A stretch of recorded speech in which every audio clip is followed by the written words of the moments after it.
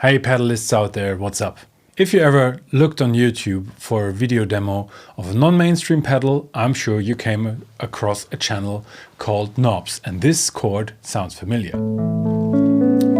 I love his approach and visual style, and after you've watched the video, you know everything about its intended and unintended use. He is also the creative mind behind Blooper by G.A.S Audio, a looper pedal with a very unique concept.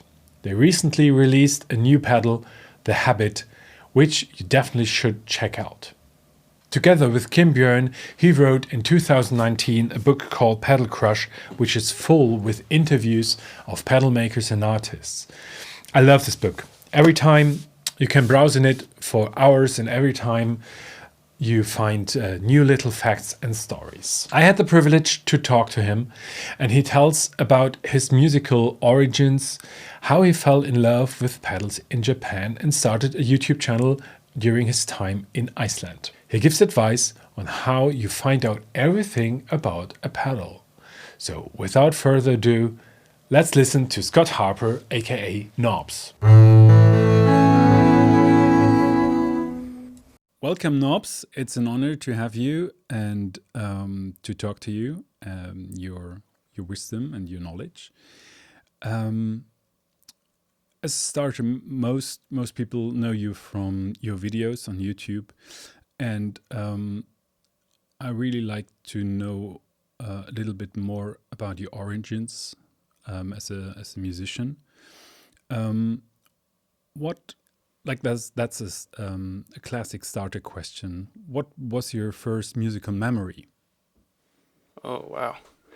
My first musical memory was hearing the Ghostbusters song in a Halloween party at school. This one really stands out to me because I just remember being very upset about it. I really liked the song. It was the first time I remember loving a piece of music. Right. And it was the first time I wanted to immediately hear it again, and the teacher wouldn't do it.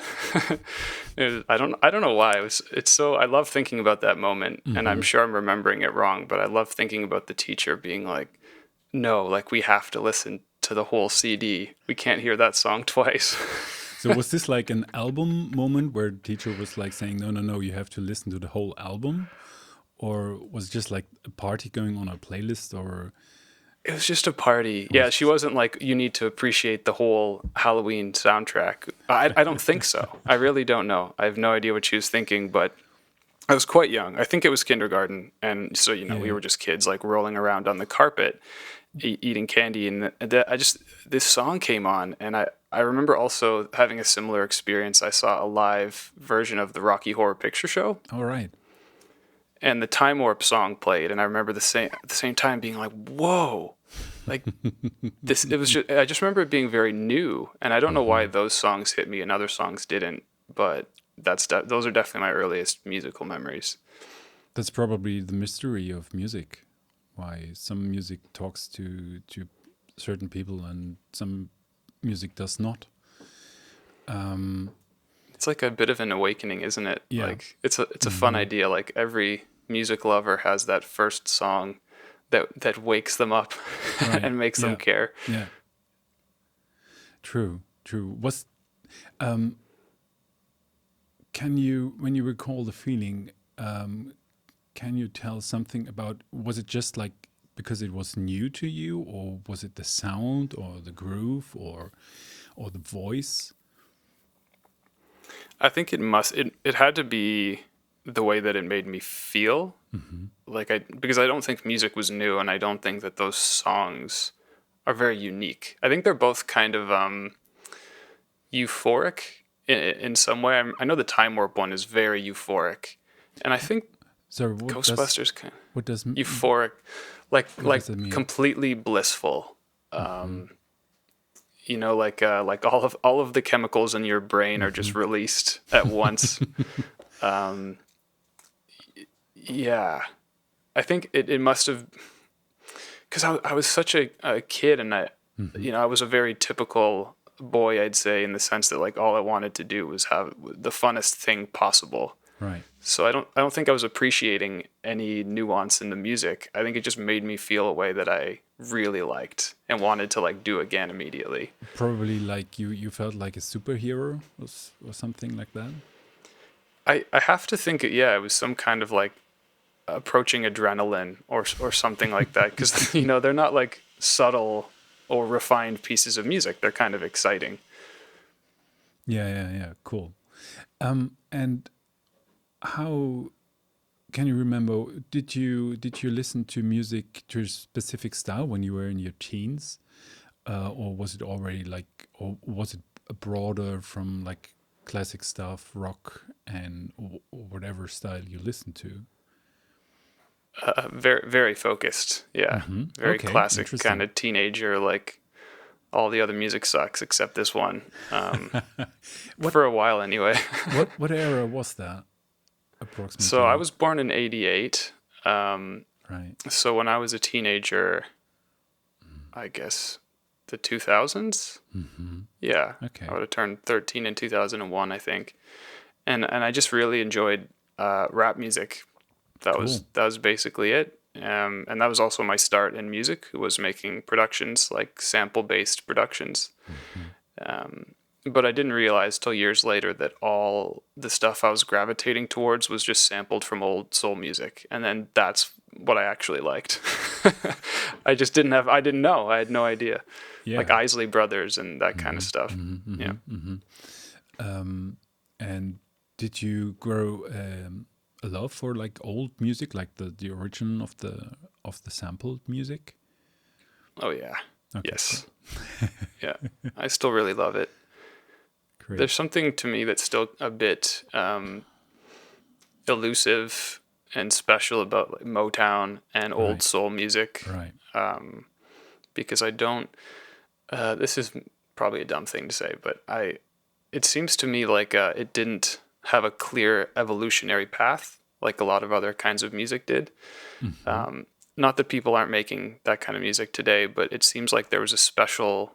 It was like there's this one capsulized era, Right. Motown in particular, that Yeah. was just Yeah. so different from other things, True. and yeah, Maybe still because is. it had like a certain sound. I For me, Motown is like one of my origins. My awakening song was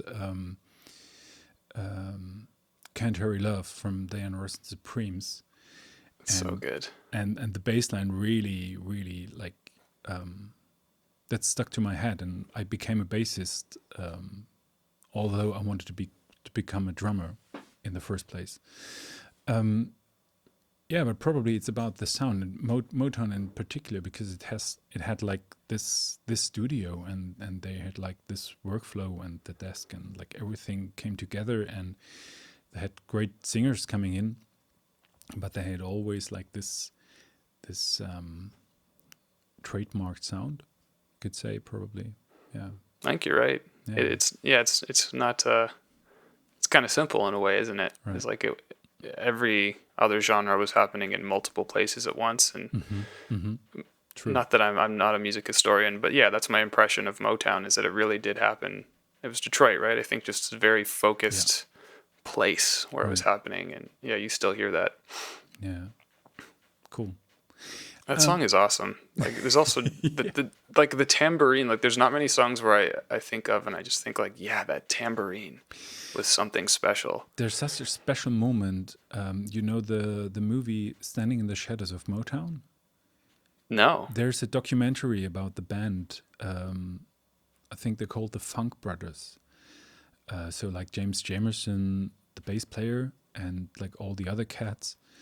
And there's like one scene where the tambourine, like one guy is playing the tambourine, and you're just like, that's the sound of Motown. That's it. Like, and I spoke to other musicians about, and we were talking about that movie, and they were like, yeah, you know that scene with the tambourine? That was really special. Yeah, the tambourine. So yeah, It's something. yeah, probably it's like the sound of that bass in combination with the tambourine. Magic, Yeah, simple. just The classic lead instruments. Yeah. I'm talking about awakenings. How did your pedal life begin?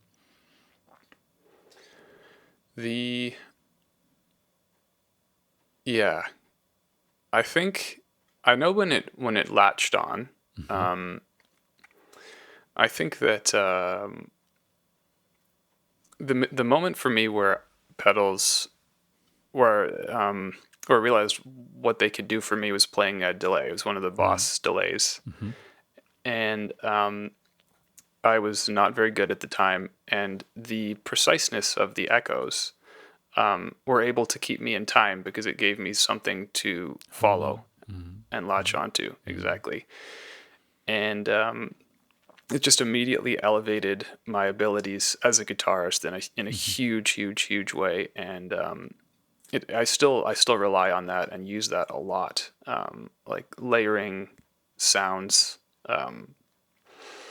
in unnecessarily dense ways, I guess. Yeah. And I think even that first experience was kind of like that, where I was able to turn off my brain, and even with the limited. So at the time, I barely knew barely knew anything about music, and now I think it's more like intentional, like trying not to think about what I know and just playing.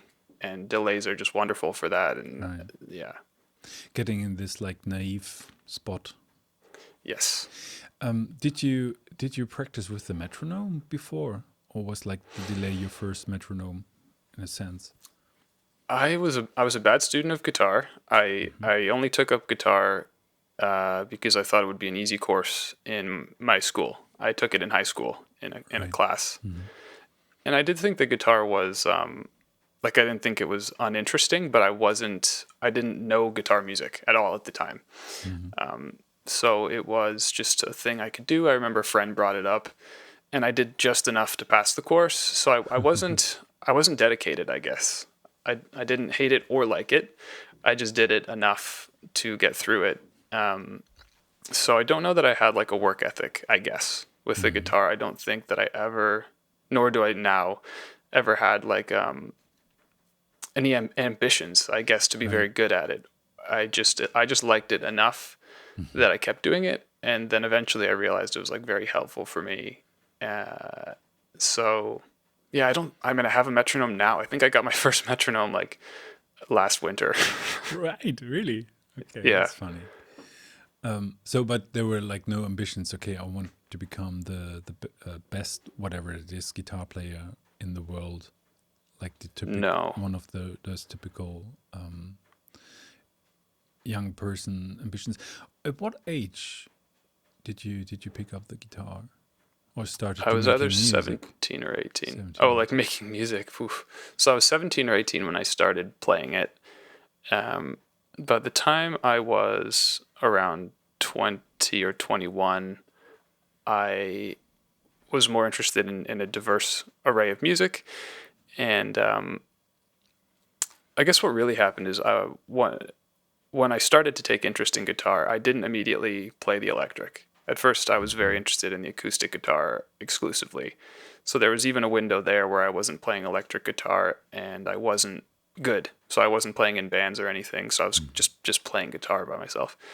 But then I met friends who were very into jazz and very into improvisation, and all of their philosophies and ideas and what they were doing just stuck. And but I couldn't do it.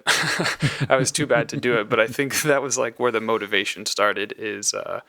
That's when I started using loop pedals, and I right. just realized, like, at first I had ambitions to just be a part of what they were doing, I guess. But then I started using a loop pedal, and I remember being like, oh, I'm happy with what I'm doing here just by myself. This is something I could get into. Cool. So the pedal got you starting. What kept you on going? So like, how did you your interest in pedals, did it like continuously grow from that point, or was it like something you were hooked on and then at a later point it became more of a primary interest, or like a I think it just grew and grew. Yeah. There's some specific things I can point to for sure. Um, I was living in Japan for a time, yeah, right. and I was living in a very small city by Japanese standards. It's considered like a rice growing city Okay. in the northwest. But there were still some interesting. I mean, like anywhere in the world, there was interesting musicians, and there were some people that were just really, really into obscure pedals. And this is at a time where boutique pedals were not common, like small batch pedals, or just wasn't common. It was just like Boss or Electro Harmonics and stuff. Yeah. But this little town in Japan, for whatever reason, had this music store that had like all the weirdest like fuzzes Right. and stuff like that. And the people that worked in those stores were good at it and knew how to use them. And I think, pedals are just kind of beautiful, right? There's something about them. Yeah. So the combination of just the objects themselves being beautiful and the cool names and all this stuff, it just really got into me. And then right after that, I went to live in like a really small city in Iceland, where there was nothing. There was none of that. Quite a journey. Yeah. And that's when I think I turned to YouTube. Like that's where the bridge connects. Is I fell in love with pedals for this time I was in Japan, and I was going to like used stores and stuff, and like looking for all kinds of obscure pedals. And then I immediately went to a place that had nothing at all. Yeah. Right. So just to put it in context, like what was the time frame? You started your YouTube channel in end of 2014. So and boutique pedals. So it was like in the late 2000s. In the 2000s. I think so. Yeah, like Keeley and Zvex and a few others were doing their thing. My timelines are. I'm not a timeline guy. I didn't write that section of Pedal Crush. Yeah, that's like a guest author, right? Yeah, we had Dan Orkin. I think I got his name right there. Yeah. Yeah, he did the timeline. Yeah. I couldn't tell you exactly when this was, but there was a gap in time. Yeah. Where between that time in Iceland and starting the demos, it was more like that was when I first went onto YouTube to look for pedals. And then I think what got me to make a video was that it was probably like, well, some amount of years later, I came back to Toronto, where I was born and where I live now. And what I had noticed while I was in Iceland is that the YouTube videos were tailored towards guitarists that didn't play like me, basically.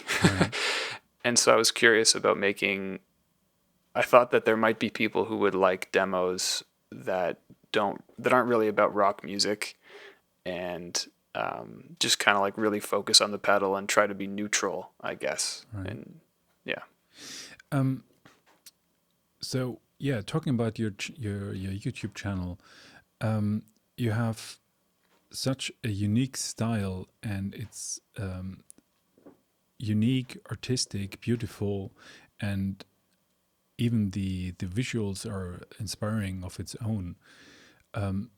So probably could you tell a little bit about how that came? Was it just like something you already had in mind, or like stop motion? Where did you do films before your pedal demos, or was it just something like a happy accident? Or The latter, for sure. Yeah, I think what happened is like I mentioned, I wasn't home for a number of years, and then just kind of by chance when I came back, the people I had known and the people I met were just all into film. They were all working on film, and so I think it was a combination of that and seeing that I was still interested in pedals, obviously, and I just I just found that every time I got curious about something, I would look it up and I would still have more questions after looking at all the videos and information I could find. As for the format, I think I just wanted it to feel right. I don't know how else to put it. And I do think that they change. Oh, I guess even the first ones, they do have a real visual emphasis to them, and I couldn't say exactly why I did it. Yeah, I think I just wanted. I think it's just what I wanted to see. I don't know how else to put it. Yeah. So it was like kind of like a impulsive or like a unconscious process. Could you say that? Yeah, totally. It felt like it almost felt like a video is like anything else where it's like it was naked without decoration. You know, it felt like it needed some decoration. I knew I wanted the pedal on this wood slab, like very like push the distractions out of the way. But then it still needed a little something. I think it needed some humanity, and also there's something I enjoy, and I don't get it from anything else like that. That rectangular frame is an interesting thing to furnish. Right. So you've got the pedal, dominating that left side, and then it's just a case of like pushing around objects and the right objects until it feels right, and there's no rhyme or reason to it except maybe getting the colors to match or like express a theme. It's very satisfying. So I think once I put a chestnut on the table, it's like, oh, the chestnut will look nicer if it goes over here, and then I guess that just evolved. Cool. So I would argue you invented an art form, because there are like some other pedal demos which have like now a similar style or like imitating that, but like yours were like you were ahead of your time. And when I was into going into pedals again, I also looked up on YouTube, and like your videos instantly stand out to me because they were like they were not trying to sell anything. It was more like really focusing what can you do with the pedal in a musical way, whereas most other demos were like quite analytical or like I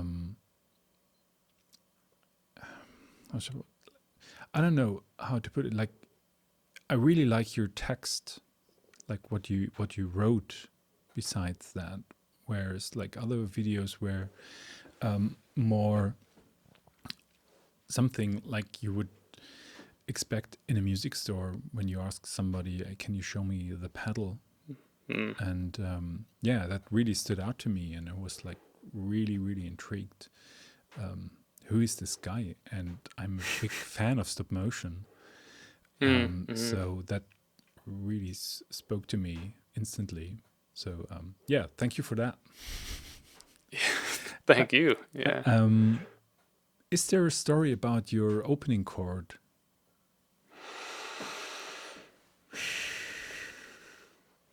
I think the answer is no. Okay. I know why I did it. I don't know why I chose that chord. I think it was just my favorite chord at the time. I did it because I wanted there to be at least one consistent element between every video that you could compare against the others.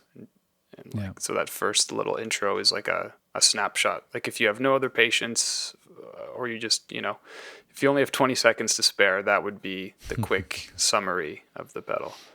Yeah, it's a lovely concept. So when I look at a video from you, there's like sometimes there's noise or a deconstructed loop or whatever, and you starting to hear that chord, like okay, there was like probably the basic material, and then comes the arpeggio, and then okay, now the movie begins. Sit back and relax.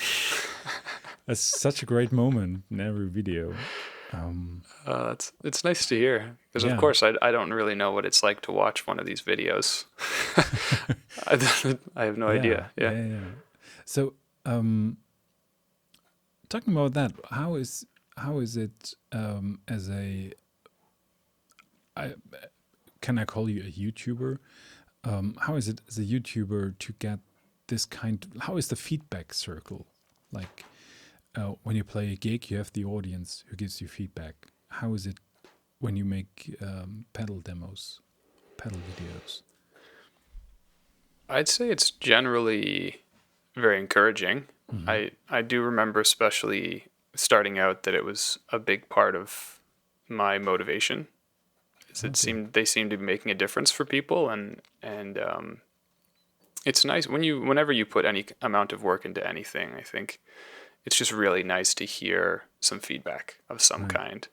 And yeah, like a live show that comes usually in the form of like an evening of celebration. You like play a Right. show, then you have a bunch of fun. And so this is like it's a different version of it, Hmm. less concentrated. It's Hmm. less like a triumphant moment, but it Hmm. also you get these little bumps of encouragement, and so that's nice. I feel like I'm not actually answering your question. That's totally fine. Okay. So it's probably more sustainable, like it's more sustainable feedback than compared to a live gig. Yeah, it's interesting. It's different, and I think it's also I know that YouTube feedback also becomes the quitting point or the biggest deterrent for other people, because one negative comment is just so much louder than 100 positive ones. And I think at live shows, it's just, how many Mm. arenas of life is someone going to come up to you and just be like, I really hated that? Really, really It's less seldomly. common. Yeah, yeah, yeah. And And on the YouTube, chances he gets to you is he has the courage. It has to be really, really bad that he takes all the effort to let you know. So and I, that's and I think it mm, hits different when you see the human being talking to you as well, right? You end up developing like coping mechanisms for mean mm, comments because you always read them in your own voice, and so you right, always assume right. that the person speaking to you is like, uh, you know, like yourself or like a reasonable person instead of someone who's just really mad at everybody or whatever Mm, else. Yeah, it's never been a huge problem for me, but it is an interesting part of right. the YouTube feedback cycle. Like I saw a comment the other day, not on my video, about a video. I really, really like this video. And someone was just saying that he showed his face too much. And he was just saying like, and it was just cruel the way it was worded. Mm-hmm. And you just, I think all but the strongest willed of people, that stuff trickles in and starts to affect your decision making, and that's like the biggest bummer I think Mm-hmm. about it Mm-hmm. is the hurt feelings also stink. But anyway, I'm going on a tangent about internet negativity now, but it's Yeah, it's interesting. It's an but it interesting totally is. wrinkle. It's a general problem of the internet, and Hmm. it also applies to innocent pedal video makers, Yeah, right? totally. I Yeah, mean, the most how insignificant thing. right, how unpolitical or like how unharmful. What could be more unharmful than a video about pedal or fuzz? You know. Yep. When I ask myself, how much time does it cost, or like how many hours you work on a video in like in approximately to give a like an idea, because they look like it's a hell of a lot of work. Yep. Yes, it is. Like just Yeah. the filming and editing itself, not the preparation. It's about a week of not short days to do Wow. one from beginning to end, not including the prep work. Yeah, yeah.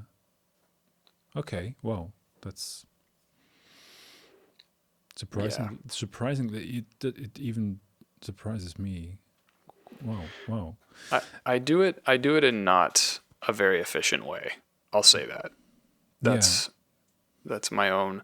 I had like especially in the beginning I had some ideas about like the way I wanted a demo to be, and I didn't think about, being able to do 100 of them without dying. So I did make it kind of hard on myself, and Yeah, you set high standards right from the beginning. I didn't think at all about longevity. Yeah. I didn't. I wish I had, but one of the things I really wanted to do was, I think one of the like flaws of a demo is that you very seldom get them from people that are using music in the way that you eventually will be. Which is to say, you always get the demo of a person who's used a pedal for like a day. Right. But the aim should be that this is like a part of your musical setup and that you like grow with over time.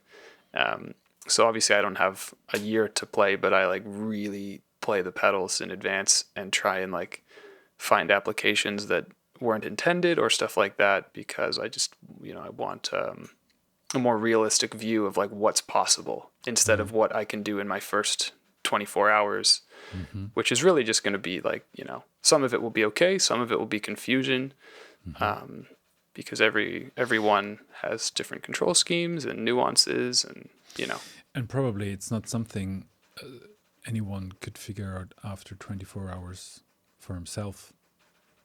exactly. It doesn't matter how well intentioned you are. It just takes some time. Each pedal has its own personality, and Right. you have to spend time with it.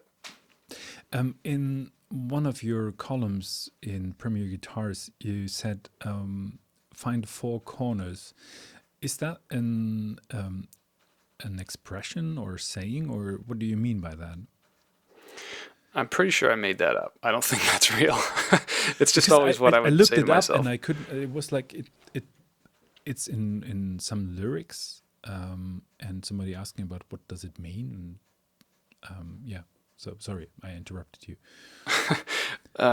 It I think I just said four corners because, pedals are rectangles generally, and it really just meant like find the full capacity of it. Like don't just find like the general easiest, most common application of it, but find the most surprising combination of controls or the most unintended use. Like that's generally my favorite, is what are some applications of this pedal that the designer didn't intend that it can do, just by chance. Right. That kind of stuff. Do you have any techniques you apply, or is it just like experimentation? It's like educated guesses, I would say, Right.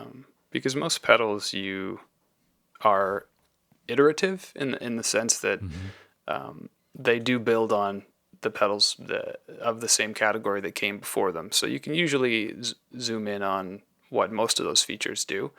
But then it's like, okay, well, I know how this works, and this is new, or I've never had these two controls in the same pedal before. What would happen if I do this or do that? Or, yeah, just it's like thinking of it like a piece of machinery. And once you know the full sweep of what a knob does, what it does all the way down, what it does all the way up, and you do that for all five of them, if there's five knobs on the pedal, that's like your research. And then from there you can start to make guesses about how things combine, and it's like interactions with Right. the different parts. So you would say a lot of it comes from experience. Yeah, but even if it's just that one pedal, I think it's like play testing. It's experience with Right. what the pedal does, what each of those knobs do, and then you start guessing about how they could be combined together. Do you read manuals before you play a pedal? I do like to read manuals. Yeah, Yeah. I do like to read manuals. I think I usually do read manuals before I use things. Pedals are a bit unique because I think if you have to read a manual, then it's probably too complicated. That's not always true, but I find it almost always helps. And I like to give like engineers and product designers the chance to tell me what's on their mind. I think that's what manuals are so helpful for. True. I mean, it. I would say it's like really different from pedal type to pedal type. Like a fuzz, you don't really need to read a manual about a fuzz for your first try, in comparison to an 856 from Montreal assembly. Oh yeah. But we come to that later. How did it influence your overall career, your YouTube channel? Well, I guess it's kind of made my career. Okay. No, it has. It totally has. Was it I was doing something different before. was it something you had in mind when you started it? Oh no, I didn't know you could do that. No, I had no idea. But then, yeah, I think it's a simple.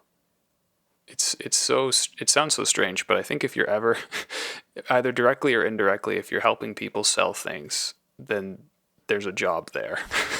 There's As an I discovered. opportunity. Yeah. So that's all there was to it, and now I'm not really doing that so directly, but I'm it's all still like a byproduct of Right. just starting to make YouTube videos. Yeah. Nice. Yeah, we were earlier talking about like how much work goes into one video, and that being said, I want to talk about the book Pedal Crush. In one interview, you said it was like really, what's the right word in English? Like a black hole sucking in. So, how? But congratulations! I love that book, and I think it's a piece. It's like really a classic book which you can grow old with. Wow, that's really nice. That's the nicest thing anyone said about that book. Cheers. It's not a book you read from the start to the beginning. It's just like explorations and like all those glimpses into the pedal wonderland, like the fascination and the pedal scene really. How did it come together, or like how did it start? Was it your intention, or did Kim approach you, or was it something like the Kim did 2 books before, I guess? I reckon. Yeah, exactly. I knew the books Kim was making, and he contacted me, but I don't know that he had with Pedal Crush. I don't know if he was looking for a co-author specifically. He spoke with me, and I think it wasn't like, hey, I want you to write this book with me. It was just like, does this idea interest you? Let's have a conversation. And I was just excited about it. I don't know. I think I kind of convinced him to let me be the co-author. I can't remember exactly how it went. I would guess that just came naturally, fall into place, probably. Yeah. How long was the process? Like, how long did it take?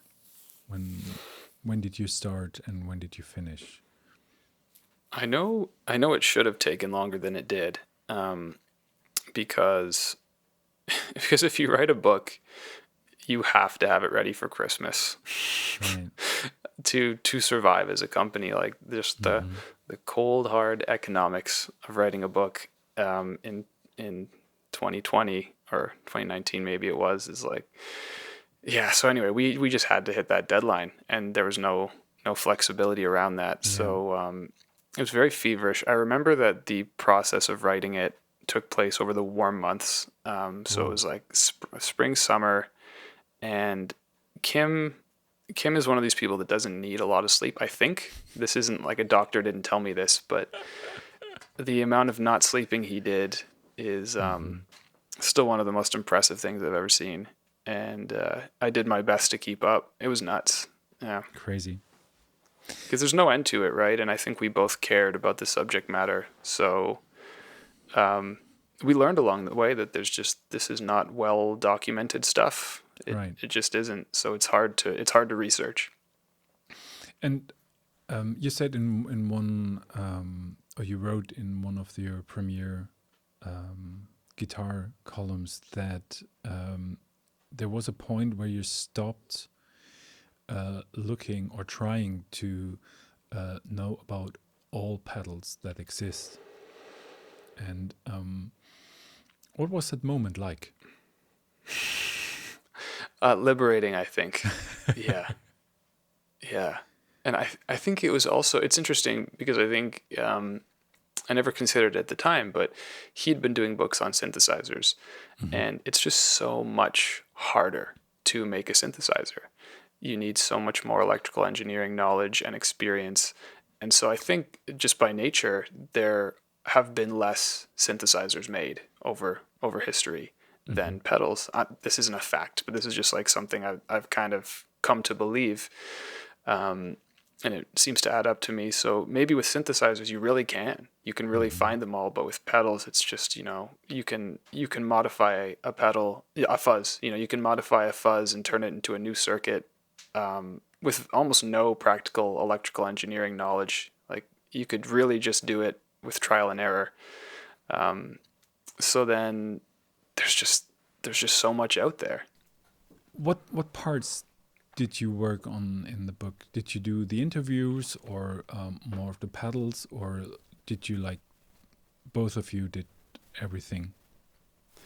So Kim did all the interviews, right. And aside from the first chapter, so I did all the effect categories. Right. He did the first section, which included like multi-effects and expression pedals, but all of the types of effects like delay, chorus, reverb, I did all that stuff. Okay, cool. Nice. What did you learn about pedals you did not know before? Oh, so much. Tons. Something that stands out for you? I do remember that there were certain, like I mentioned, the research was difficult, but there were some things that genuinely couldn't be found anywhere. And one thing we wanted to do is there's a whole family of modulation effects that work by creating like frequency, like small notches of frequency cancellation. So phasers do that, flangers do that, choruses do that. And probably the most, there's many differences between them, but one of them is what those slices, like what those missing pieces of audio look like. And we couldn't find what they look like for, I believe it was Univibe now. And Univibe was really hard to pin down as like, why is this different? It was the hardest one to pin down as why is this different? And I remember that we had to talk to Mark Hammer, who's this guy who like just through the internet has answered thousands of questions for thousands of people about audio electronics, and he's kind of this like walking library.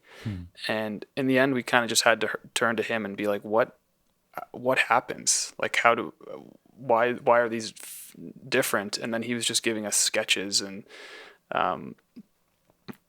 that's one that definitely stands out. And there was a few other things like that where we just got to the end of available practical knowledge or knowledge that was like written down about pedals, but we felt that this was like something that had to go in the book.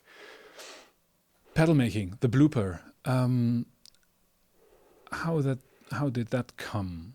Like, what was first? Did you first have the intention or the idea, the concept of or did you meet Joel first? I knew Joel first, definitely, because I met Joel shortly after Knobs started.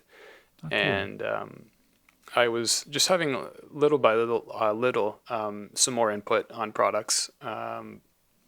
Not for a while, but I think that he noticed that whenever he sent me something finished, as he described it, it was always a stressful day when he sent me the pedals because I would have opinions I couldn't keep to myself.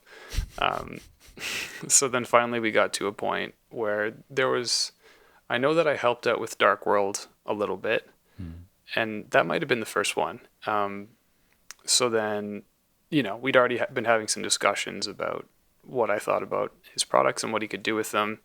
And then I remember one day after NAMM, we haven't done that in a while. And for people listening who don't know that acronym, NAMM is like the biggest music musical equipment gathering. And I don't know in the world after COVID, but it certainly was.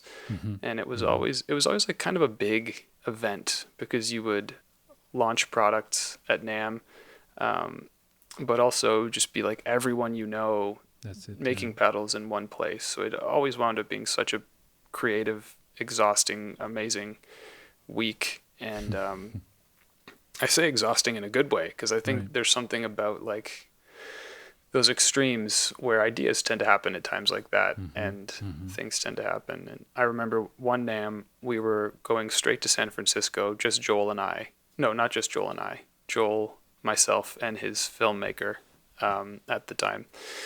And the conversation came up on the plane.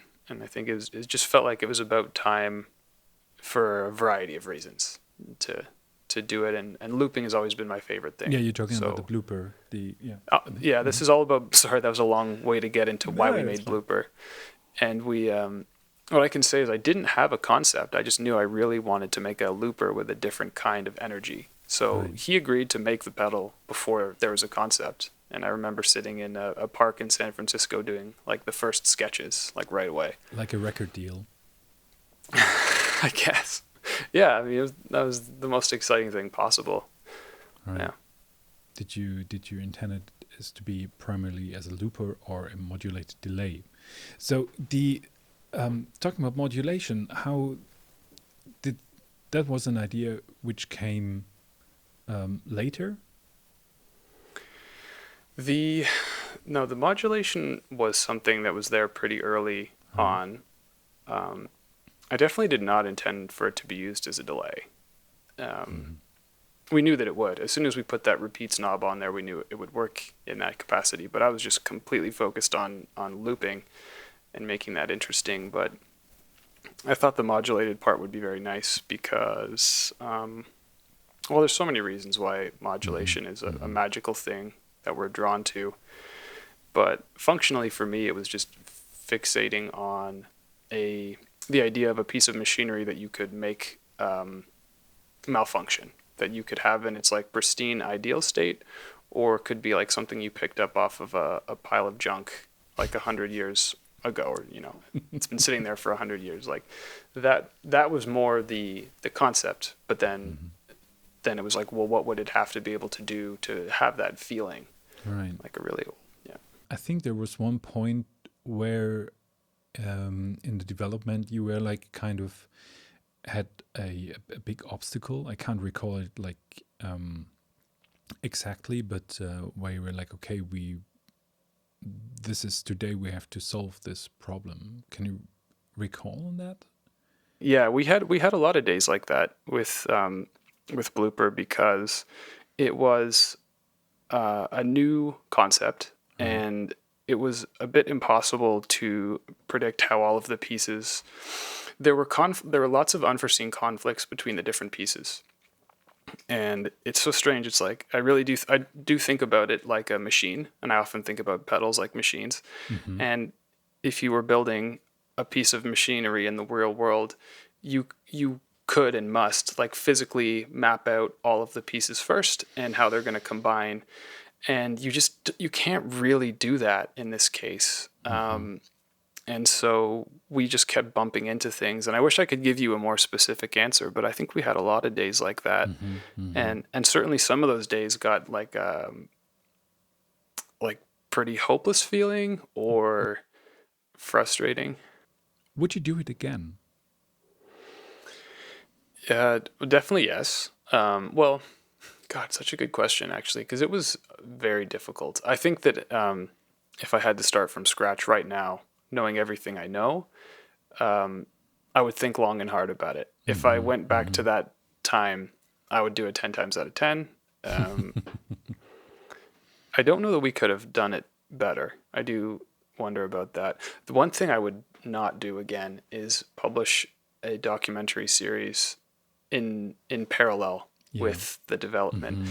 A lot of the stress came from the fact that we could not radically change features beyond a certain point Okay. because we'd already kind of committed to them, and I didn't want to anyway.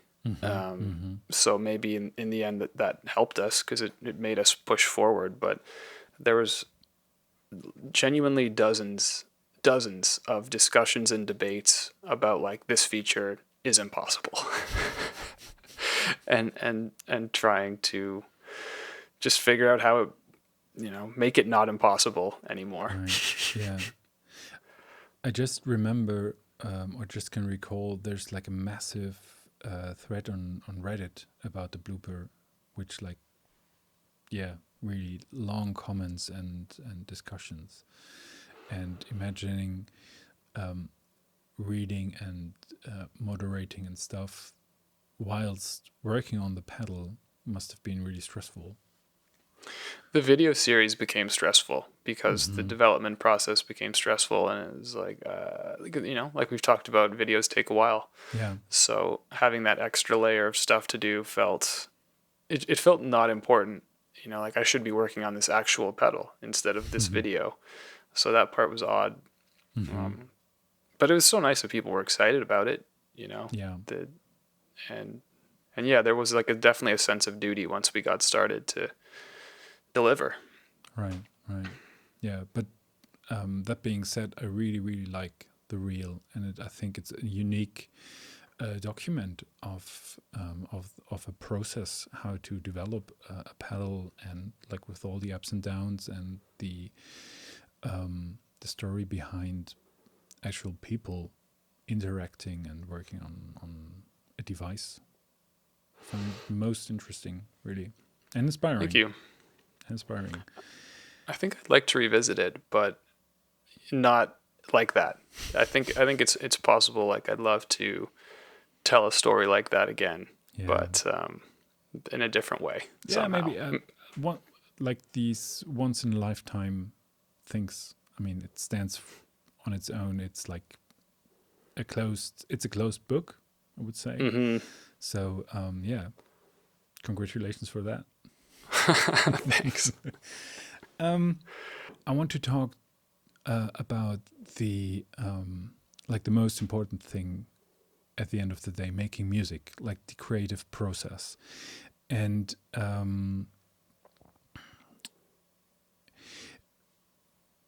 as I said early in like when we talked before the interview, preparing for the interview, you had you wrote some really nice articles, informative articles, sharing your experiences and maybe it's a big word, but wisdom or wise statements how to approach making music with pedals. And you're talking about swimming downstream, find places where you feel comfortable, versus on the other hand, having the courage to go with the hard mode, like really digging into something which doesn't feel natural or easy at all. So yeah, what do you think about that? I do think both have their merit. I think in this article specifically, I think that this doesn't only apply to music, but if you find things, and everyone has these things in some form, that you it just seems so easy to you that you can't believe they're difficult for anybody. I just think that will naturally be something where you can go further. It's just a personal inclination, and I think we all have them. And being able to spot those, like, it doesn't mean you should always take the path of least resistance and do easy things, but knowing what those things are for you is just so extremely valuable, because there is something satisfying from doing the hard mode and like really challenging yourself. But then you might get tired, or you might lose inspiration, or you might not be productive enough. Like, there's so many reasons why staying in that space can become problematic. So if you know what you can do that feels just completely natural and yourself, it's just extremely valuable. I think it makes everything feel easier. And for me with music, again and again, I'm reminded of that. And I tend, this is probably why I wrote it. I tend to ignore those things because it feels too easy. And I just think that I'm either not growing, or that it can't be that interesting, or like anybody could do this. But then I'll make a piece in that world and I'll just be reminded, like, no, this is probably what I should be doing. Right. Yeah. Yeah, like admitting in another article you said about releasing music, even like don't hesitate too much, and like your videos are so with so much love to detail. That's kind of a contradictory, probably, because they're in some sense there appear to me, okay, this guy is really a perfectionist and really fiddles around with details for a long time, and on the other hand, it's, for me it was really encouraging to read that from you, like, don't think too much. It's okay to release your music, even if you think it's not good enough. There's probably somebody out there for whom it is good enough, and yeah, that's a really a positive message to send there. And I think we have control also. It's easy to forget we have control over how we release music. Right. Like, not every piece of music you put out has to be, is your declaration of like, this is the best I can do. Right. You know, like you can release it as a project, like, or like an EP, or like B-sides. Like you can communicate with people listening about your intention behind something. Right. And I think that just getting that message was mostly for people who stop themselves. Right. You know, and I think that happens for lots of us. And I think with music, it's invisible, and it makes it so much harder than anything else I've worked on personally to know when something is done, to know when you're being ridiculous. I think I mentioned it in the article, but a friend was explaining that our brains will correct errors in music we're working on, Right. because it knows what we True. want, and so you can really tie yourself in pretzels trying to make things perfect, and it still won't be. It still won't be if this is the way you're working. You know, I think these places tend to be for like solo musicians, because I think when you're working with a group, you share the momentum and things things get finished. But when you're working on your own little masterpiece, it's so easy to just spiral forever and never finish.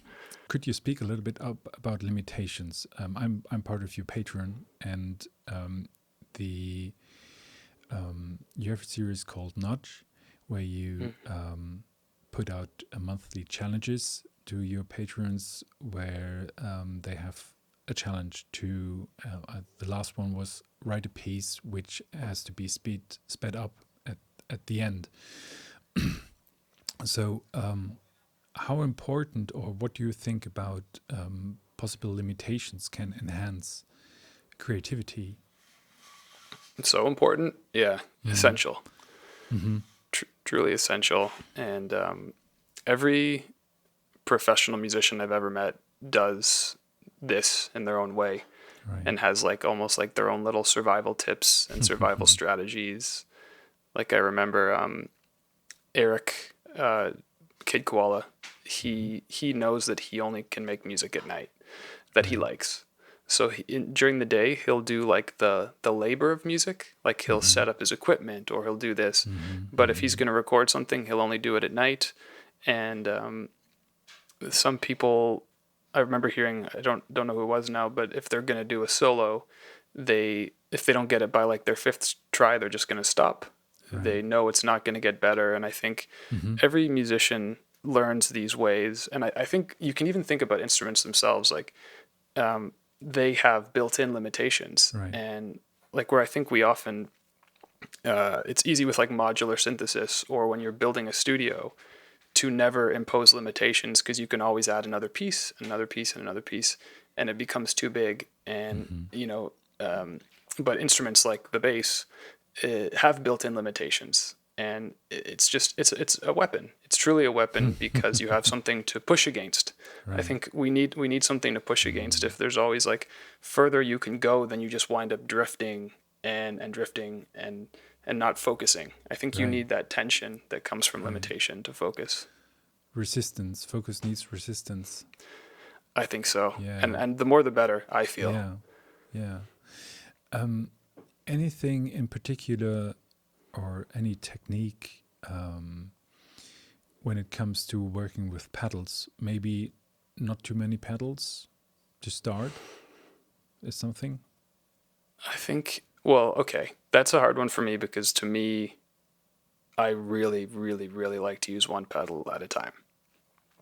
I think that it's very difficult to use multiple pedals unless they're purely functional, you know. But if you're trying to do something like creative, like some kind of sound design, I think that it's far more interesting to just zoom in on one and find a spot, whatever spot you're looking for. Even if it's not the right pedal for the job, I find that can be really interesting. Cool. Like, there's not many situations where you really need one specific sound.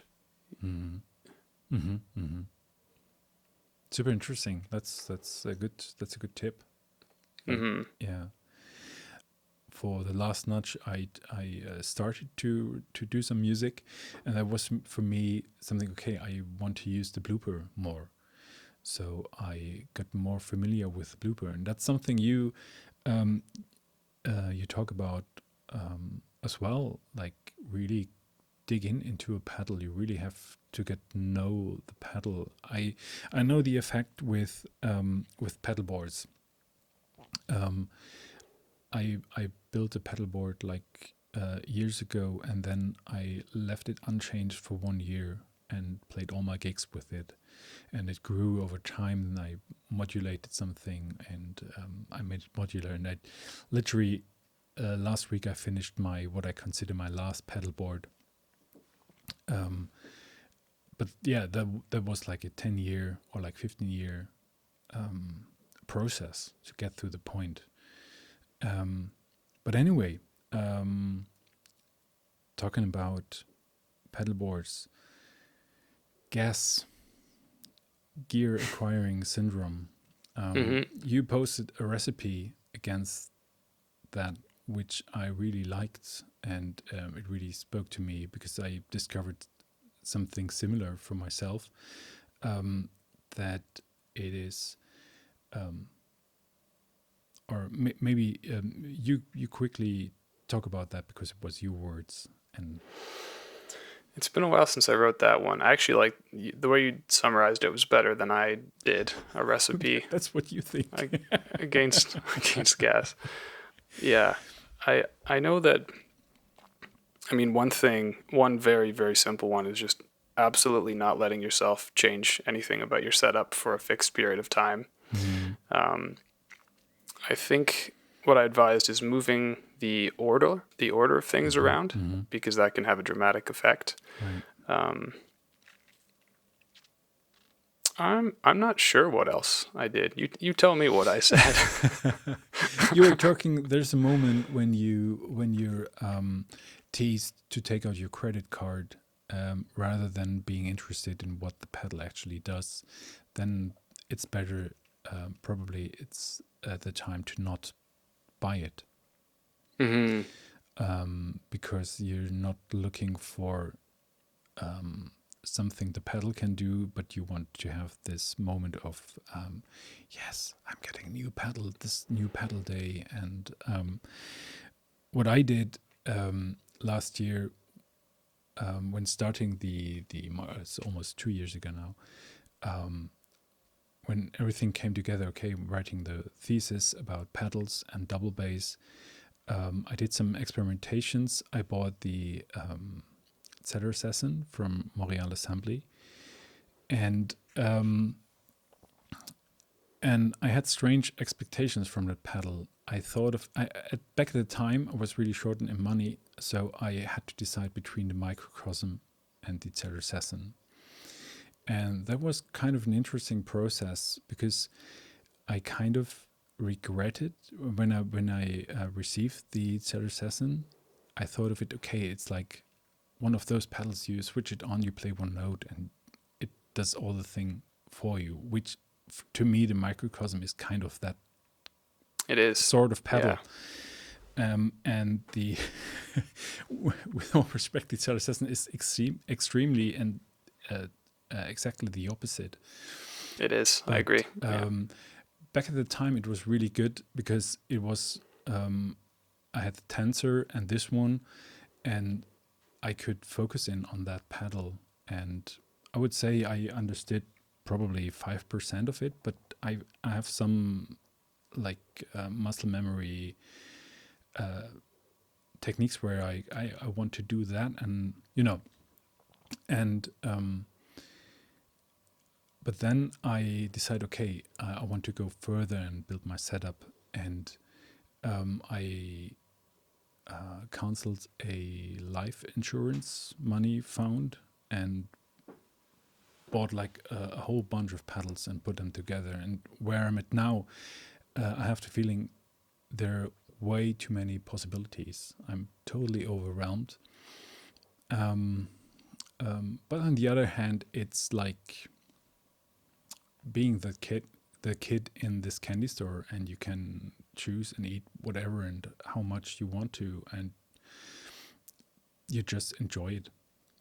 So I do like jams where I often end up just using one sound or like one preset, but it's something which happens. But I had to learn not feeling guilty about not using that pedal. That's a big one. Yeah. Totally. They all cost money, and they're just staring at you as you use just the one. But yeah, that's true. It's a weird feeling. Do you have any a friendship with Scott Monk and Mariana Simi? Have you been involved in his development in any sort? Never involved, but we actually grew up in the same city. That's interesting. Which Cool. I said Toronto earlier, but I lied. It's a suburb of Toronto. We grew up in the, of course we didn't know that at the time, but now, these past 2 years he's not been around like everyone, but we would see each other basically every time he came to town. And cool. I think maybe I've seen him a couple times in Montreal, but yeah. But I've never been involved in any of his work at all. Okay. Yeah. Great. Nobs, thank you very much for your words, for sharing. Sharing is caring. It was most enlightening and entertaining and super interesting, and as well as like diving into a pedal, time flies. So it was this is fun. Really, really, really a pleasure to talk to you. Yeah, likewise. Cool. Thanks. Thank you.